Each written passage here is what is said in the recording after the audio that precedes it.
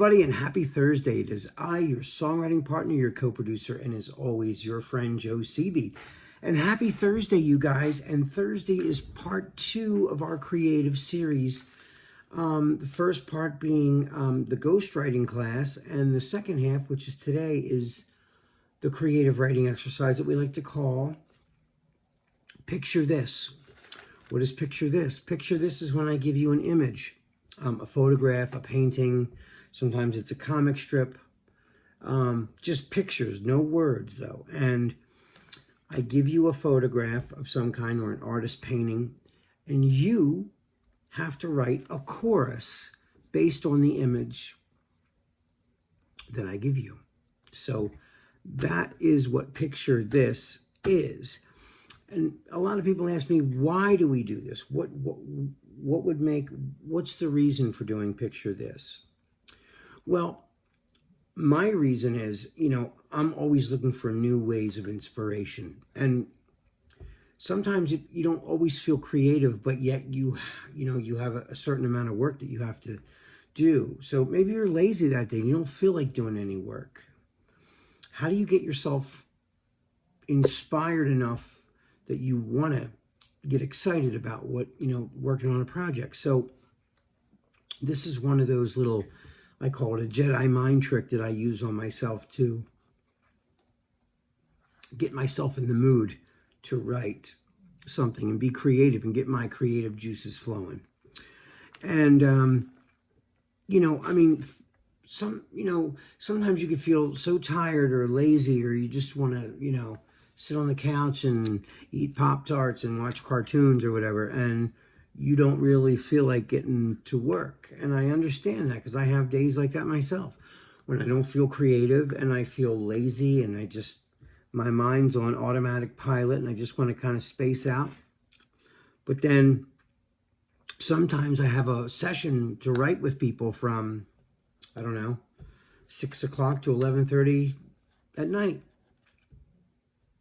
So when these people get over to my house, or we have a Zoom meeting at 6:30, I got to put my game face on and come up with something, because they're looking to me for solutions or they're looking to me for material, and it's got to be creative. It's got to be good. It's got to be catchy, but I might not be feeling that way that day. So this is a nice little trick that I've been using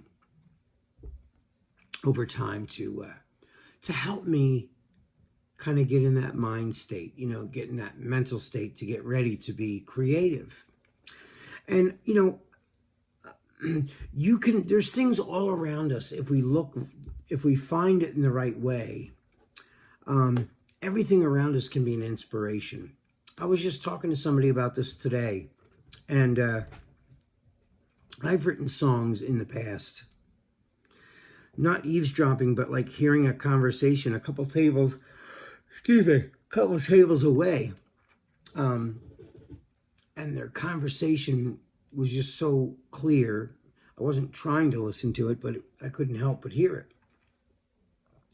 That conversation, or those conversations at those specific times, have inspired me to want to go home and write something based on something one of them said. Or maybe they're both talking, but they're not really hearing each other, just waiting for them. They're waiting for their chance to answer, so they're not really listening. And like the whole outline of that conversation was lack of communication. So I came up with an idea for a song just based on two people talking at each other and not to each other. And so things like that can really just get your creativity going. So watching a movie can do it.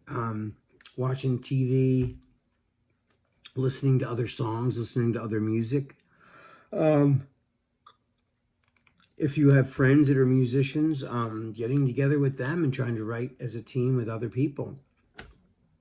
All those things. Well, you know how we did it when we're at Performing Arts and we're all sitting in a room together, and we have a whiteboard up front, and we're getting ideas for songs. And several times I have on the big TV screen up front, I used to show you guys images and we would write songs based on. So this is Picture This, but through YouTube.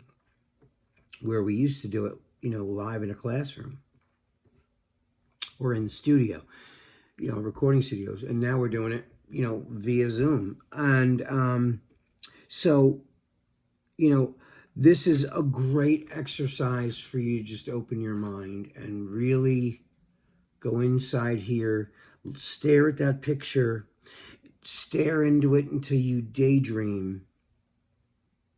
And when you come out of that long daydream, write down everything that you are seeing in your daydream. Because this will all help. It'll all help you come up with, a really cool chorus based on the images that I give you. So without further ado, what I'm going to do right now is I'm going to show you, I'm going to, show you the picture that I picked for this particular episode. So without further ado, here is the picture.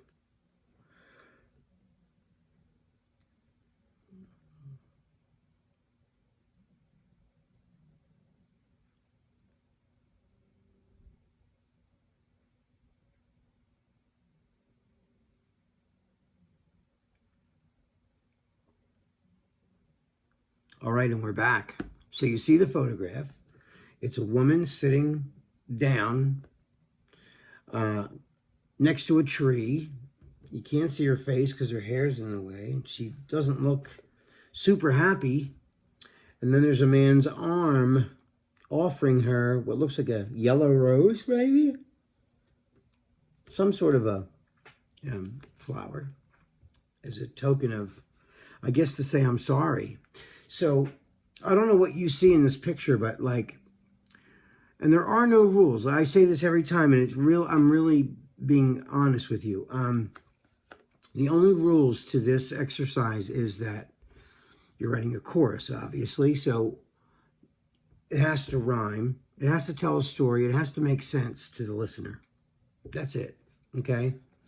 You can write about whatever you want to write about. I don't care if you see this picture and it makes you think of your puppy when you were 7 years old, then write it about your puppy. Even though there's no dog in this picture, it makes no difference. It's what you feel looking at that photograph, and just write what you see. But what I want you to do though, when you are looking at this photograph, is look at all the detail. They're outside. She's wearing a coat.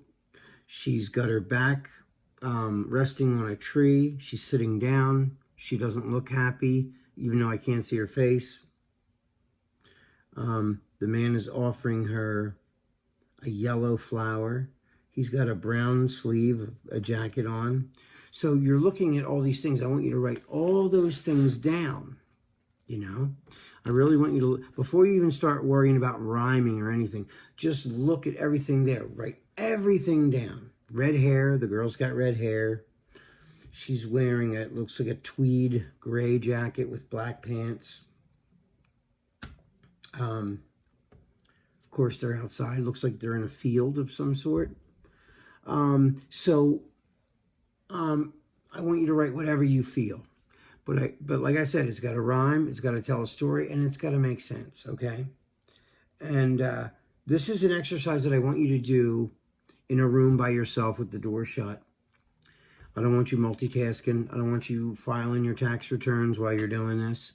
I want you to only focus on that picture and then write your best stuff. Remember, I want you to imagine that you're writing a song for your favorite artist based on this picture. So it's got to be great, or they're not going to be interested in doing it. So think of it like that. Think that you're writing a masterpiece for your idol, your favorite singer, okay? So I'm going to read you what I wrote now. This is what I wrote based on looking at that photograph. So when I looked at that picture, it made me think of an apology. He's offering her flowers and she doesn't look happy. You're not even sure if she's going to take it, because it's a frozen picture. He's offering it to her. Does she take it? Does she not? I don't know. We don't know.